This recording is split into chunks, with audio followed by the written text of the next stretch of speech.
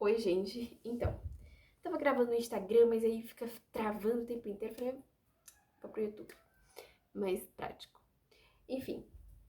Então eu quero falar aqui com vocês hoje sobre perseguições na faculdade, política, etc, né? Lembrando que eu sou cristã, conservadora, o horror dessa galera aí, esquerdista. E aí eu sou estudante de psicologia, né? E a gente vai lidando com muitas coisas. E no meu Instagram eu comecei a receber alguns depoimentos de pessoas que compartilharam comigo que sofrem muita perseguição no curso de psicologia especificamente, porque também são conservadoras, né?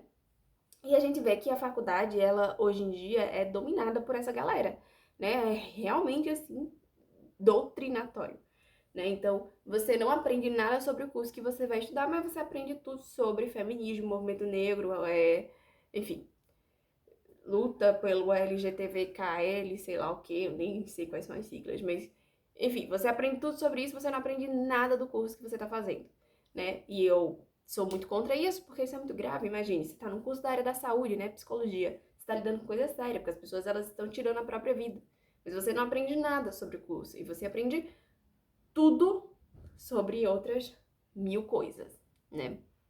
Então, a gente vai vendo o quão terrível e o quão, assim, repugnante mesmo é essa situação das pessoas em que elas supervalorizam N coisas e deixam de lado o que realmente importa, que é a vida acadêmica e o estudo daquilo que elas estão fazendo, né? Enfim. E aí, eu tava falando no meu Instagram que as pessoas, elas lutam contra a família, elas lutam contra liberdade mesmo, porque se você não apoiar, você é massacrado e te fazem sair da porcaria da faculdade. E você não pode ser contra, né? Não pode ser contra. Então isso daí tira a liberdade das pessoas, né? Mas o esquerdista, ele gosta muito de tirar a liberdade das pessoas, Mussolini que o diga, né? Lênin também que o diga. Então são pessoas comunistas que sempre tiraram a liberdade das pessoas, né? Mas aí quando a gente vai ver o que eles falam sobre família, o que eles falam sobre religião, sempre loucura, né? Então, por exemplo, outro dia eu vi uma pessoa, uma determinada pessoa, falando contra a religião e que ai, as pessoas são alienadas, né? Ai, que elas levam uma lavagem cerebral. Como se lavagem cerebral fosse ruim, né, gente? Peraí, se faz uma lavagem é porque o negócio ali não tava bom, né? Só que quando a gente vai pra igreja, a gente recebe uma ótima lavagem cerebral mesmo, uma lavagem cerebral boa, que a gente não consegue explicar, porque a nossa vida se transforma da água pro vinho. Cristo faz uma renovação na nossa mente, né? E você chama isso como quiser. Mas ele muda a nossa mente pequena e limitada e nos faz enxergar além do que nós poderíamos ver sem ele. Então, Cristo é maravilhoso e ele transforma a nossa vida. Mas o jovem de 18 anos, que não trabalha, não estuda, faz merda na vida, usa maconha, é, enfim, vive bebendo e sai com 10 pessoas ao mesmo tempo. Este jovem, ele entende tudo sobre religião, ele entende tudo sobre relacionamento, sobre família, né? É um jovem exemplar, né? E do mesmo jeito o professor de faculdade, vai ter lá um professor solteiro, sim, porque tem um doutorado, né? Como se fosse muito difícil adquirir um doutorado hoje em dia. Tem um doutorado, ai pronto, é um semideus, sabe de tudo. Sabe de tudo não, não sabe de tudo, né? E tá ali perseguindo o aluno, então você não tem essa liberdade. Agora, pergunte para esse aluno aí se ele sabe o básico do curso dele, qualquer curso que seja, né? E quando a gente vai para a ciência, a gente vê que a própria ciência, ela vai provando o inverso do que essas ideologias defendem, seja na parte biológica, né? Então, quem pode gerir filhos? Somente a mulher. Homem não pode gerir filhos. Então, é uma exclusividade da mulher? Deus deu essa exclusividade para a mulher. Então, a gente vê que homem não pode gerir biologicamente, gente, é o que a ciência diz. Aí a gente vai para a parte de família, a gente vê que o casal unido, pai e mãe, a família unida para os filhos é bênção, é muito melhor do que bens materiais. A criança pode estudar na melhor escola do mundo. Se os pais dela não estiverem unidos e conectados um com o outro, a vida dela vai ser terrível e ela terá grandes problemas na vida por causa dessa falta de união dos pais. Então, para a criança, para o desenvolvimento infantil, é importante que os pais estejam unidos, vivendo em comunhão com o outro. O divórcio destrói a família cientificamente, hein? Tô nem falando de Bíblia. Cientificamente, o divórcio destrói a família mesmo e traz graves sequelas, principalmente para a vida dos filhos. Né? A gente vê que a formação de família bíblica é a melhor formação de família, né? E, na minha visão, a única formação de família. Enfim, então a gente vai vendo que a própria ciência, ela vai mostrando que essas ideologias não funcionam, né? E que essas mulheres, elas eram mulheres infelizes, né? Feministas e etc. E que se casaram errado, se casaram mal, porque desobedeceram a Deus. E aí elas querem culpar o mundo por isso, mas elas não assumem uma responsabilidade delas, né? Uma responsabilidade delas, de que fizeram péssimas escolhas na vida. A gente vê muito isso no livro lá da Beth Friedman. Então ela vai culpando as mulheres, dizendo que as mulheres vivem presas quando trabalham dentro de casa, enfim. E ela se esquece que ela que tinha feito uma escolha errada, né, de marido. Mas tem uma coisa muito interessante que ela fala no livro dela, eu vou até pegar aqui pra eu ler pra vocês, pra gente comentar. Enfim, ela diz assim, olha, aqui no livro dela, o problema sem nome. Aí ela diz, o problema é sempre ser mãe das crianças, esposa do pastor e nunca ser eu mesma. Né? Ela diz que esse era o problema de muitas mulheres. Mas eu até anotei aqui, o problema era mais psicológico, né? Sempre mais psicológico do que familiar. Né? Então ela culpa o marido, ela culpa sei lá quem por os problemas dela, porque ela não se conhece.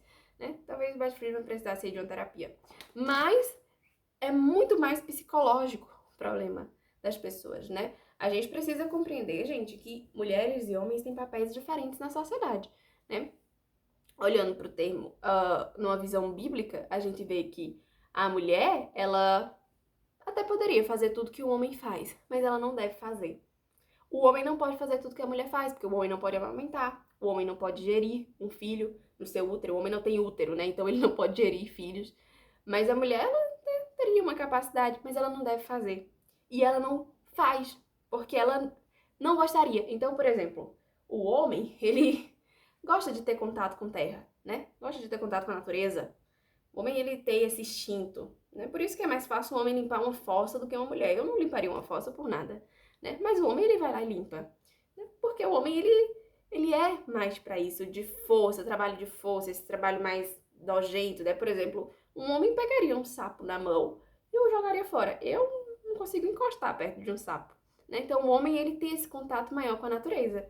Da mesma maneira que a mulher se preocupa mais com a casa e com os filhos do que o homem, né? Então, são instintos naturais, né? Biológicos, isso é biologia, tá, gente? E Deus, ele deu um papel para cada um. E quando a gente assume o nosso papel sem querer interferir no do outro, sem querer fazer o que o outro faz, a gente consegue ser mais feliz e viver uma vida mais tranquila. Né? É isso que falta às feministas compreenderem. E o próprio problema mental, psicológico, né, delas, as impede disso. Mas o que eu queria falar era justamente sobre isso, gente. Sobre esse problema em que as pessoas não permitem que as outras pensem diferente, que as outras concordem e tenham outra visão, né?